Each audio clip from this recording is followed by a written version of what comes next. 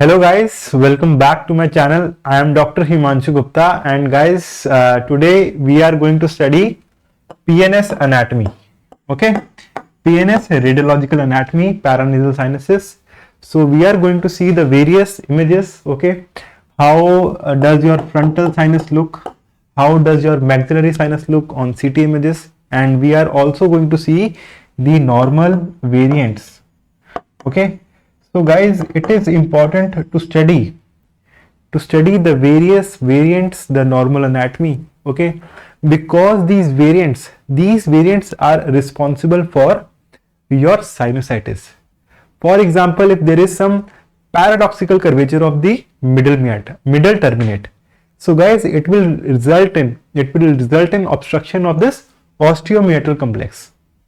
So when there will be obstruction of this osteomeatal complex, it will result in sinusitis. That is why it is important to study the various variants also.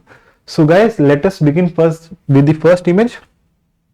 So in this first image guys, we can see that these are two air filled. Okay, your air appears black on CT images. Okay, so this air filled structure in the frontal bone, this is your frontal sinus. Okay, so there are two frontal sinuses. Moving on to the next image guys, what are we seeing in this next image? So first try to label this thing. So guys, this is your maxillary sinus. Okay, your maxillary sinus, your frontal sinus. Okay, all these sinuses, these open in the middle meatus. So guys, also try to label this structure. Okay, just behind the middle meatus, just behind the maxillary sinus. So guys, this is your pterygomaxillary fissure. Fine. And this is your sphenopalatine foramen. So remember that this sphenopalatine foramen, okay, here one important tumor originates.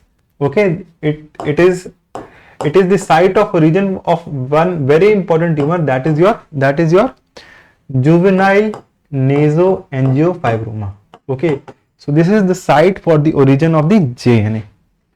And we are clear with the maxillary sinuses. This is your nasal cavity, and also remember that this is the bone window images that I am showing you. So there are two windows. One is your bone window and the other is your soft tissue window. So in bone window, your bones are visualized very well and soft tissue structures cannot be appreciated. But I will show you the soft tissue images also. Okay, so in these soft tissue images we will see how these soft tissue structures look like. Okay, now guys, moving on to the next image. So in this image again we are seeing that these are your two maxillary sinuses. Okay, now let us try to label these two structures. Okay, So again, these are axial sections of the PNS and these are your ethmoidal air cells. Okay, these are your ethmoidal air cells. Fine.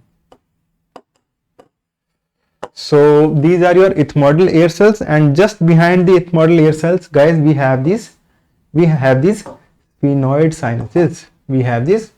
Sphenoid sinus. Okay, and we should also remember the age of appearance of the various sinuses. So they can be remembered with the simple mnemonic MESF, where maxillary and ethmoidal air cells, these are present at birth. Okay, these are present at birth. Sphenoid sinus, it appears at 4 years of age, and your frontal sinus, it appears at 6 years of age. Okay, are we fine with this? Now guys, uh, moving on to the next image. Okay. So guys, these are your coronal sections. And what are we seeing in these coronal sections? So guys, in these coronal sections, we are seeing that these are your two maxillary sinuses. And can you label this structure? Can you see that these structures, these are turned outwards?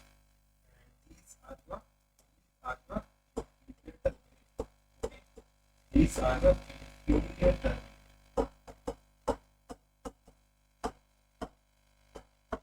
Okay, these are your inferior terminate. Now guys, just hold on a second.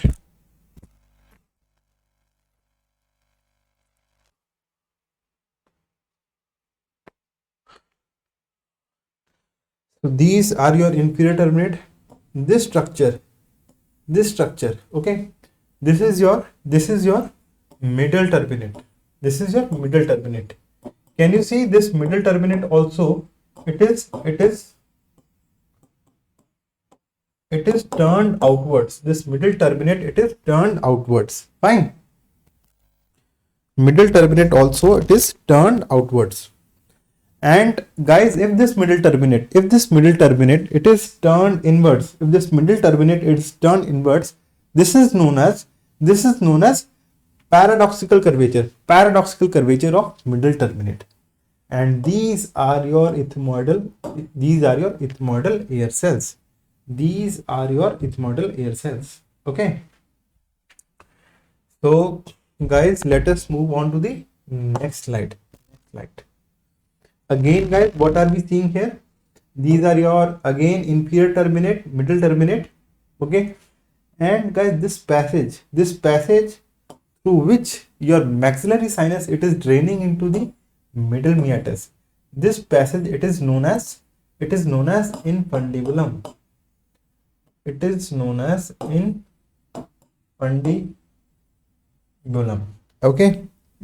as infundibulum.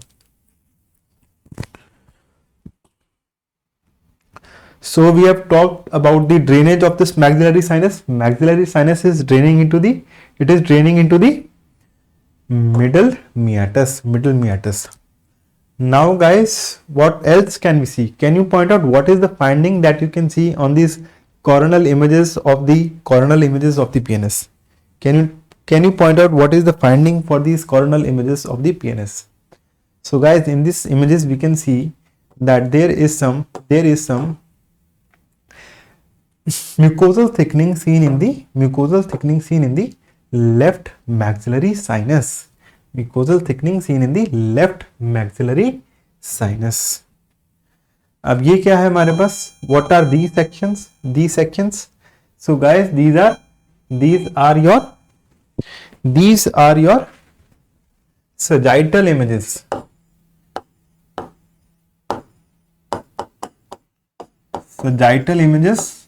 Of the PNS. And guys, this is your frontal sinus, which is again draining into the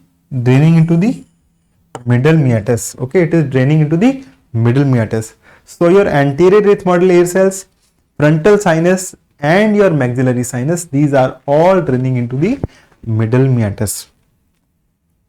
Talking about the sphenoid sinus will drain into the sphenoethmoidal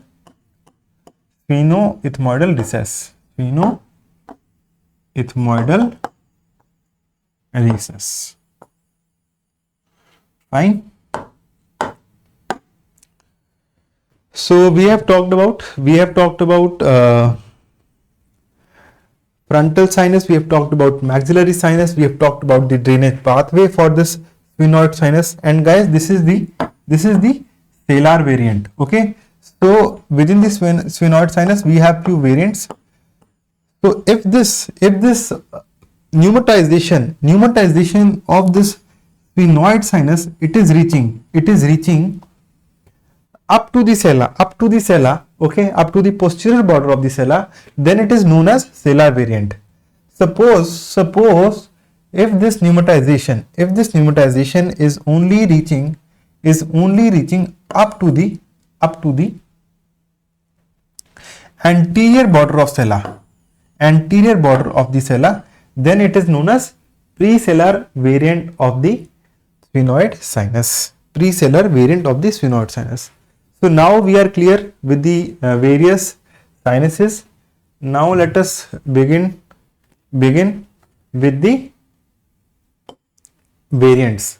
So before I begin with the variants, let me tell you that this is the soft tissue window.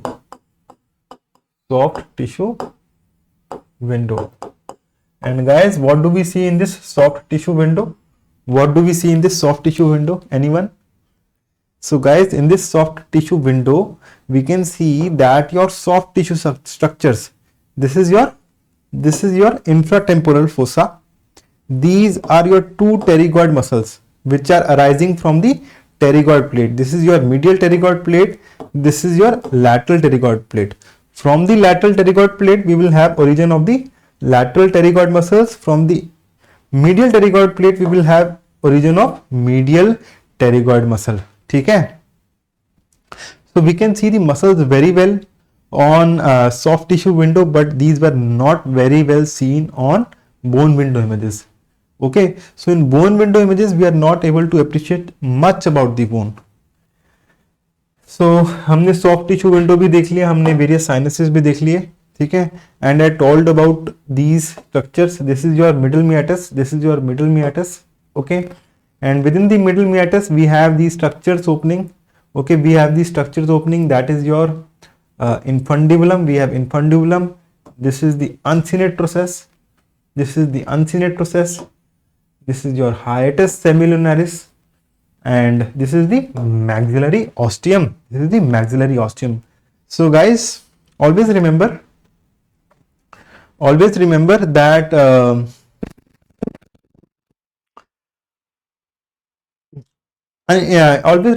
inferior turbinate, it is a separate bone.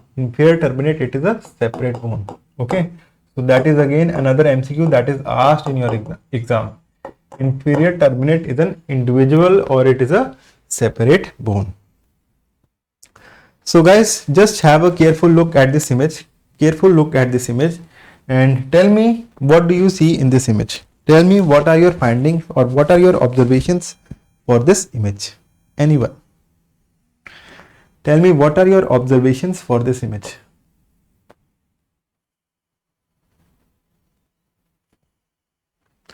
So guys, in this image, this arrow, it is pointing towards left inferior turbinate. Okay, so basically, if you will compare it from the contralateral turbinate, okay, there is pneumatization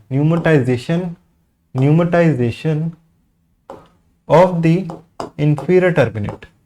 And guys, what do you mean by pneumatization of turbinate? Okay, so what will happen? So guys, because of the pneumatization of this inferior turbinate, the space in this nasal cavity, it has decreased. So that is why we have to mention the various normal structures which are getting pneumatized. Like here again, see this middle turbinate. Okay, this middle turbinate is also pneumatized, and this pneumatization of the middle turbinate, it is known as concabulosa. Pneumatization of the middle turbinate, it is known as concabulosa. So we can see in this image that your middle turbinate, it is getting pneumatized, and because of this pneumatization, the space in the nasal cavity, it is getting decreased, and your pathway for the drainage of various sinuses, it is getting decreased, and it can result in sinusitis in various patients.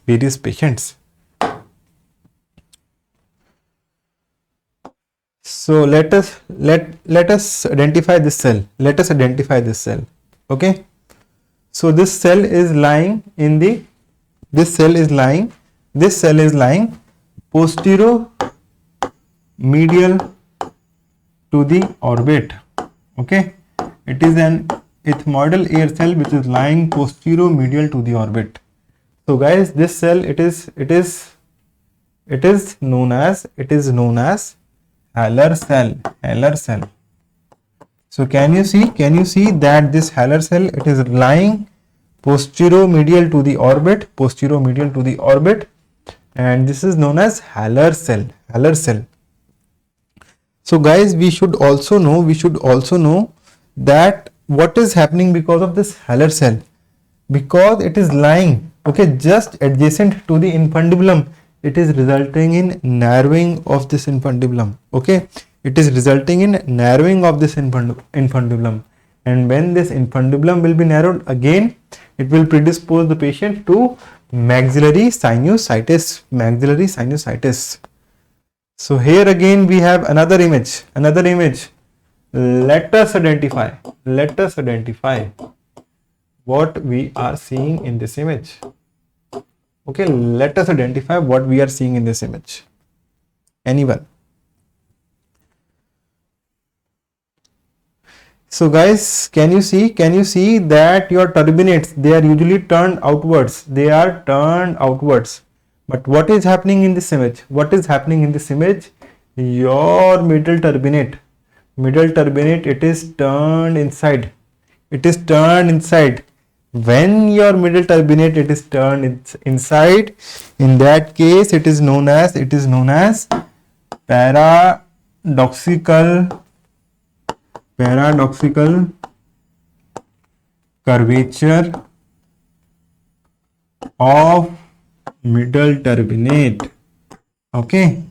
So guys, this is paradoxical curvature of the middle turbinate. Fine. Moving on to the next slide. What do we have in this slide? In this slide again we are seeing that there is pneumatization of the middle turbinate, and pneumatization of middle turbinate, it is known as concabulosa. Very good, very important cell, which has been marked by O. This structure that has been marked by the arrow, this is your optic nerve.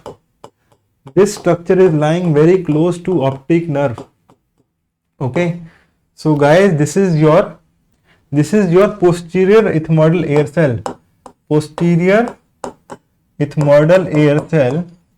That is lying close to sphenoid cell, or it is lying superior to the sphenoid sinus.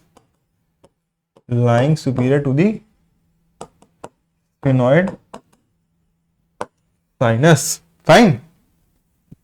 So we can see that this is lying superior to the sphenoid sinus. So this is your Onodi cell, which is lying very close to the optic nerve, and it is lying superior to the sphenoid sinus. Why this is important?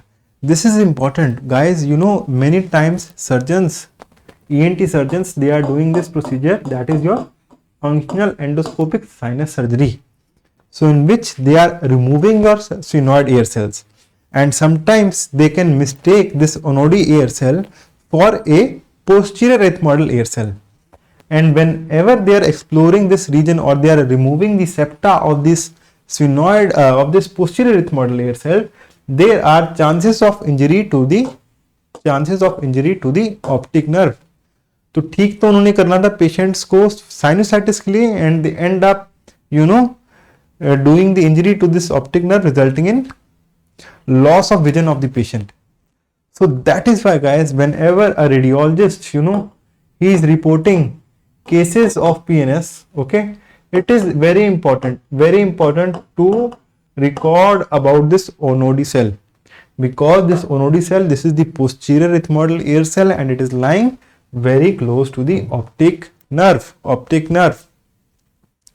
So what do we have in these images? What do we have in these bone window images and the soft tissue window images? So guys, in these images we can see that there is some soft tissue density within the right maxillary sinus. And this soft tissue density, guys, it is also having hyperdense contents within it. And guys, these hyperdense contents point out that this is a fungal sinusitis. This is a fungal sinusitis which can result in hyperdense contents.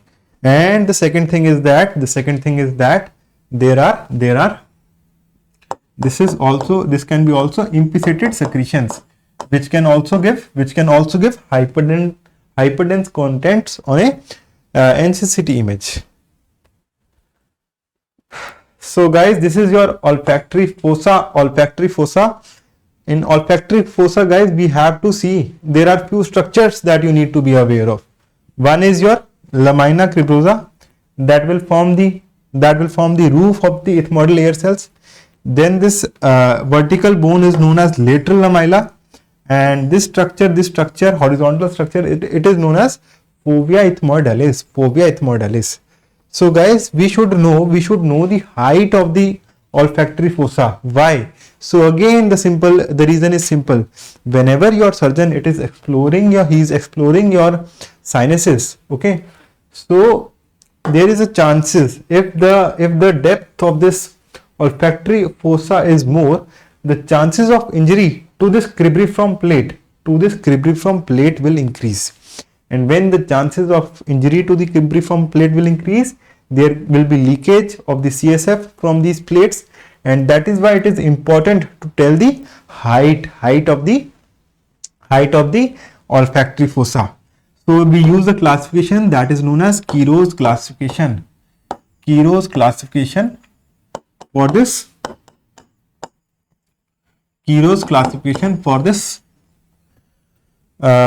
height of the olfactory fossa. Okay, so we label it as grade 1, which is between 1 to 3 mm. Grade 2 is between 4 to 7 mm, and grade 3 is more than 7 mm. Grade 3 is more than 7 mm. Fine. So हमने depth of olfactory fossa भी पढ़ लिया, and these are various variants of the sphenoid sinus. This is your cellar variant, in which the pneumatization is extending till the posterior border of the cella. This is your cellar variant, in which the pneumatization is extending till the anterior border of cella, and this is the conchal variant. Okay, so guys, hope this short video was helpful to you to know about the simple structures within the paranasal sinus on CT images. So if you like this session, do give me a thumbs up and do subscribe to my channel. And also I would like to thank my friend Dr. Satish, who gave me the opportunity to teach on this smart board. So thank you guys. Keep studying, keep working hard. Bye bye. Take care.